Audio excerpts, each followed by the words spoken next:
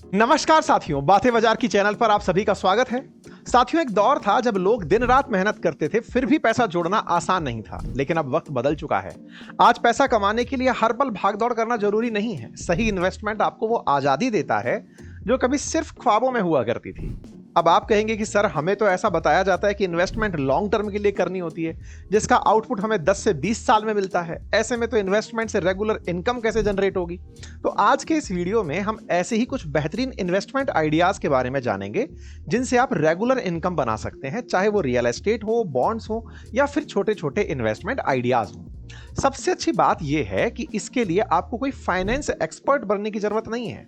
अगर आप भी चाहते हैं कि पैसा आपके लिए काम करे, ना कि आप पैसे के पीछे दौड़ें, तो वीडियो को एंड तक जरूर देखिएगा, क्योंकि वीडियो में आगे हम विंट वेल्थ नाम के एक ऐसे भरोसेमंद प्लेटफॉर्म के बारे में जानेंगे जिससे आप रेगुलर इनकम जनरेट कर सकते हैं।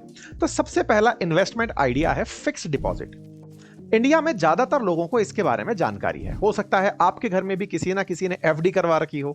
फिक्स्ड डिपॉजिट में आप अपने पैसे किसी बैंक को देते हैं, वो एक फिक्स ड्यूरेशन के लिए डिपॉजिट किए जाते हैं। जैसे 7 दिन से लेकर 10 साल तक आप अपने पैसे एफडी करवा सकते हैं। इसके बदले बैंक आपको 6 से लेकर 9% के बीच में कुछ इंटरेस्ट रिटर्न देता है। यानी अगर आपने 1 लाख रुपए डिपॉजिट किए तो 1 साल बाद आपको 1,06,000 रुपए मिल जाएंगे, जिसका मतलब हुआ कि आपके पास 6,000 रुपए की एक रेगुलर इनकम, भले ही वो एनुअल हो, जनरेट हो गई। रेगुलर इनकम के अलावा बैंक अपने कस्टमर्स को DICGC इंश्योरेंस भी देता है, जिसके तहत 5 लाख रुपए तक का डिपॉजिट सेफ भी रहता है। यानी अगर बैंक डूब भी जाए तो आपके 5 लाख रुपए आपको रिटर्न में मिल जाएंगे। इसके अलावा एफडी में सीनियर सिटीजन्स को बाकी लोगों के मुकाबले 0.5% ज्यादा इंटरेस्ट रेट भी मिलता है। यही वजह है कि इंडिया में ज्यादातर सीनियर सिटीजन्स फिक्स्ड डिपॉजिट भी करवाते हैं। SBI research eco wrap report के अनुसार इंडिया में सीनियर सिटीजन्स के 74 मिलियन एफडी अकाउंट्स हैं, जिनके अंदर 34 लाख करोड़ की धनराशि डिपॉजिट है।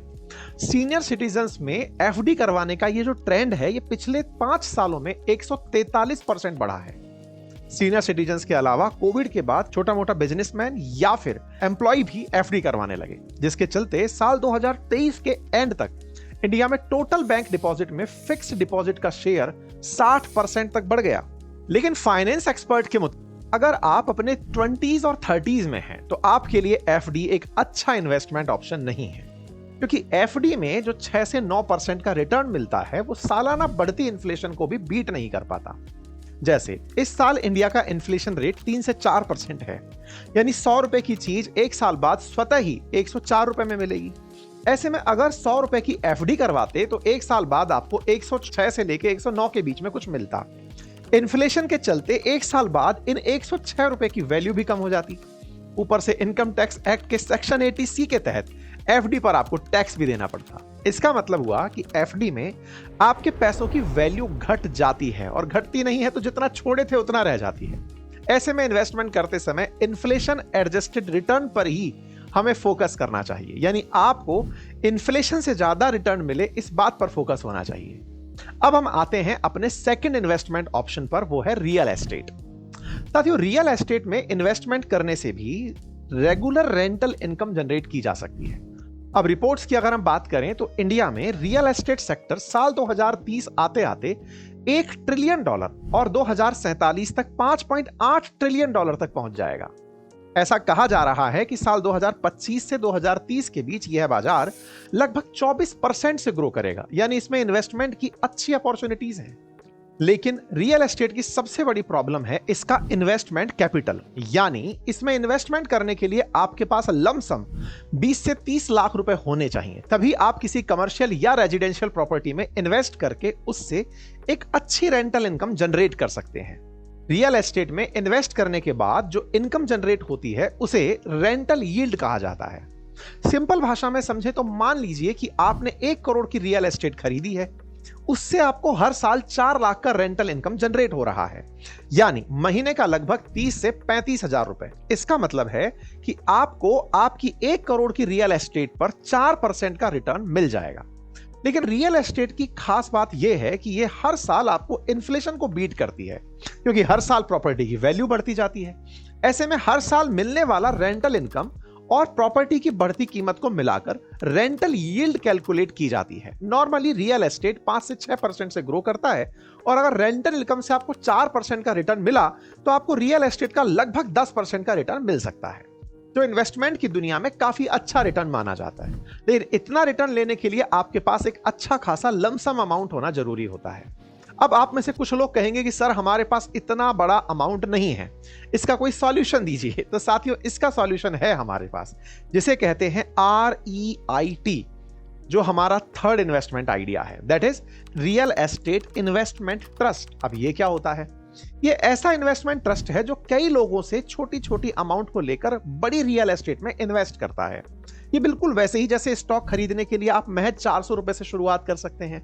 इस समय इंडिया में 3 बड़ी REIT हैं जो ऐसे REIT स्टॉक्स को बाई और सेल करती हैं।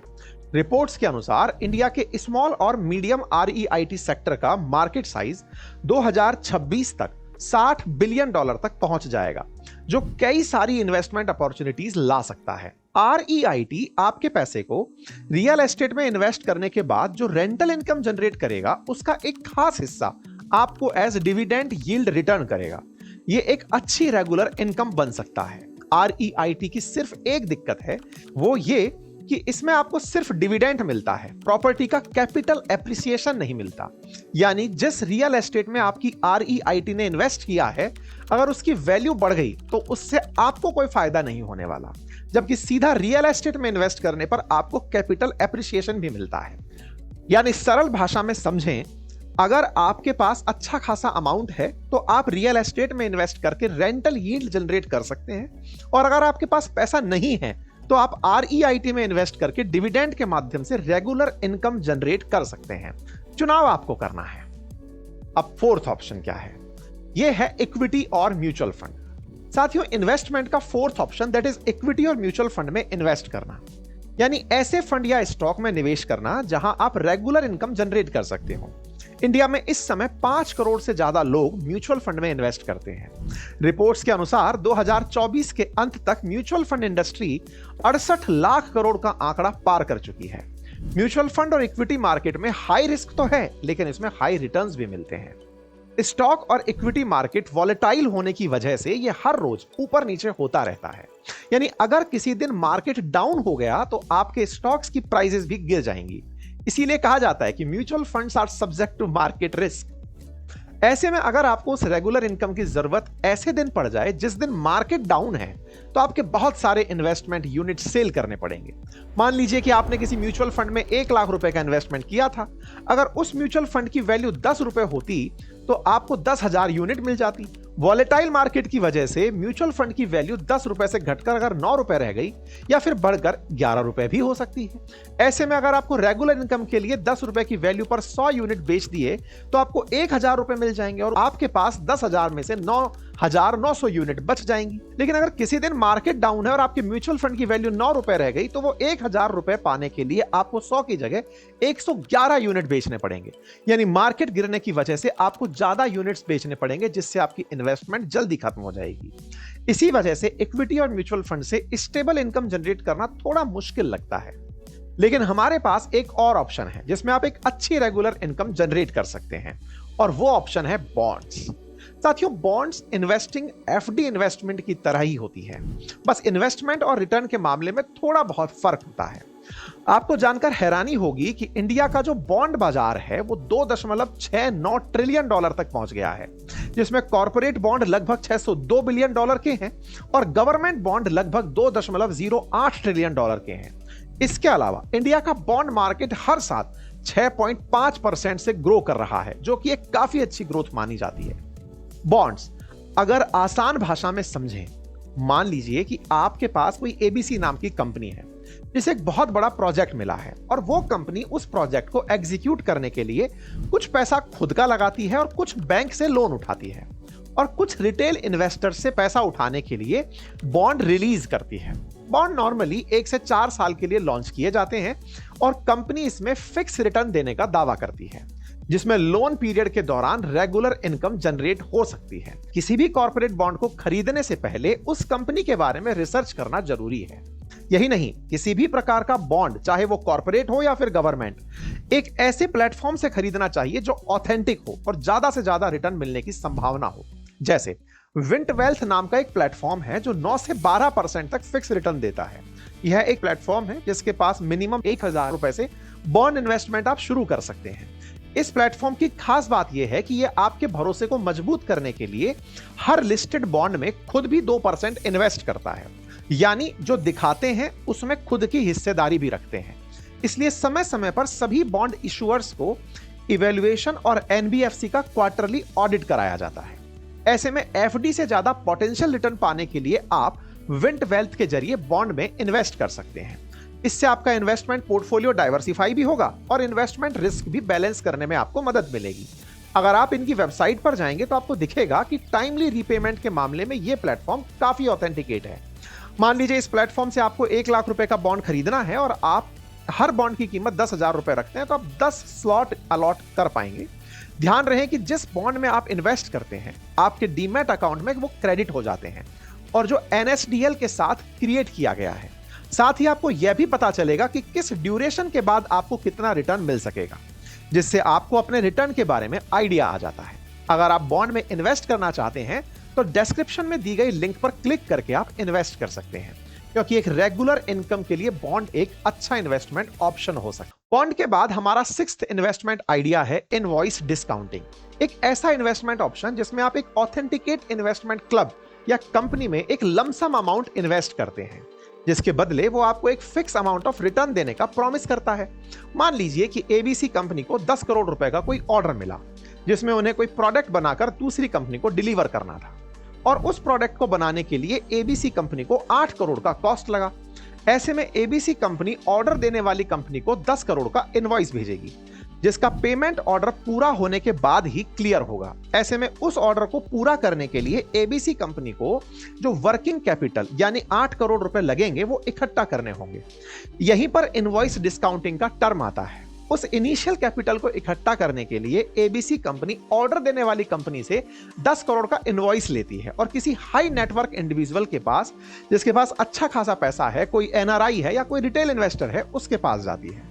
उन्हें 10 करोड़ के इनवॉइस पर मान लीजिए 5% की डिस्काउंट देती है, तो वो बने 50 लाख रुपए। यानी वो इन्वेस्टमेंट एबीसी कंपनी को 10 करोड़ की बजाय सिर्फ 9 करोड़ 50 लाख का ही देगा। लेकिन उसे जिस कंपनी ने एबीसी कंपनी को ऑर्डर दिया है उससे इनवॉइस के बदले पूरे 10 करोड़ रुपए मिल जाएंगे, यानी उस इन्वेस्टर को 50 लाख रुपए का बेनिफिट हुआ। अब इसमें कई सारे फायदे भी हैं और रिस्क भी हैं। जैसे अगर एबीसी कंपनी और जिसने ऑर्डर दिया है वो दोनों ट्रस्टवर्दी हो तो इन्वेस्टर को एक शॉर्ट टर्म के लिए फिक्स रिटर्न मिल जाएगा और इसमें किसी स्टॉक या प्रोडक्ट की प्राइस फ्लक्चुएशन का रिस्क नहीं रहता। लेकिन इसमें रिस्क भी काफी है। अगर ऑर्डर देने वाली कंपनी ने किसी कारण से टाइम पर इनवॉइस क्लियर नहीं किया तो एक बड़ा अमाउंट रिस्क में जा सकता है। इसके अलावा अगर एबीसी कंपनी ने फॉल्टी प्रोडक्ट डिलीवर कर दिया जिसकी वजह से सामने वाली कंपनी ने इनवॉइस होल्ड पर रख दिया, तो इस केस में भी इन्वेस्टर का बड़ा पैसा रिस्क में जा सकता है। इसमें यह रिस्क भी है कि अगर किसी रीजन से एबीसी कंपनी और उसे ऑर्डर देने वाली कंपनी दोनों बैंकरप्ट हो जाती हैं तो इन्वेस्टर का पैसा डूब सकता है। ऐसे में इनवॉइस डिस्काउंटिंग में एक शॉर्ट टर्म के अंदर बड़ा रिटर्न और रेगुलर इनकम तो जनरेट हो सकती है, लेकिन इनवॉइस इशूअर का ट्रस्टवर्दी और रेप्यूटेड होना जरूरी है। नेक्स्ट टाइटल है एन्युइटीज। एन्युइटीज एक तरह का इन्वेस्टमेंट का तरीका है जो आप किसी भी इंश्योरेंस कंपनी के साथ मिलकर कर सकते हैं। इसमें हम इंश्योरेंस कंपनी को एक पर्टिकुलर अमाउंट देते हैं, जिसके बदले इंश्योरेंस कंपनी हमें एक खास इंटरवल के बाद एक खास अमाउंट देती है। नॉर्मली एन्युइटी दो तरह की होती हैं, इमीडिएट एन्युइटी और डिफर्ड एन्युइटी। इमीडिएट एन्युइटी में हम एक साथ लमसम अमाउंट देते हैं और उसके बदले कंपनी हमें रिटायरमेंट के बाद हर महीने एक खास अमाउंट देती है।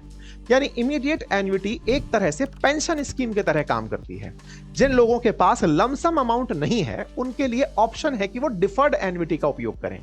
इससे अगर आप एक सैलरीड एम्प्लॉय हैं तो आपकी सैलरी से हर महीने एक अमाउंट डिडक्ट हो जाता है और उसके बदले आपके रिटायरमेंट के बाद हर महीने एक खास अमाउंट दिया जाता है।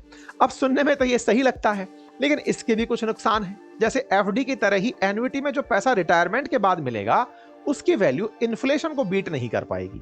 मान लीजिए कि अभी आपने 10 लाख रुपए इन्वेस्ट किए, कंपनी ने आपको 20 साल हर महीने 25,000 रुपए देने का प्रॉमिस किया। तो 20 साल बाद 25,000 की वैल्यू भी कम हो जाती है, जो इतना फायदेमंद साबित नहीं हो लगी। हालांकि अगर आप एक एम्प्लॉय हैं और आपके पास पेंशन स्कीम नहीं है, तो कुछ हद तक ये फायदेमंद भी साबित हो सकती है। इससे रिटायरमेंट के बाद वाली फाइनेंशियल सिक्योरिटी बनी रहती है। साथियों, ये थे कुछ इन्वेस्टमेंट आइडियाज जिनसे आप अलग अलग तरीके से रेगुलर इनकम जनरेट कर सकते हैं। हालांकि सबने अपने अपने प्रोज एंड कॉन्स हैं। ऐसे में किसी भी आइडिया में अपना पैसा इन्वेस्ट करने से पहले रिसर्च और एक्सपर्ट की एडवाइस लेना बिल्कुल ना भूलें। जानकारी पसंद आई हो तो साथियों से अवश्य साझा करें। चैनल पर नए हैं तो सब्सक्राइब कर लें। धन्यवाद।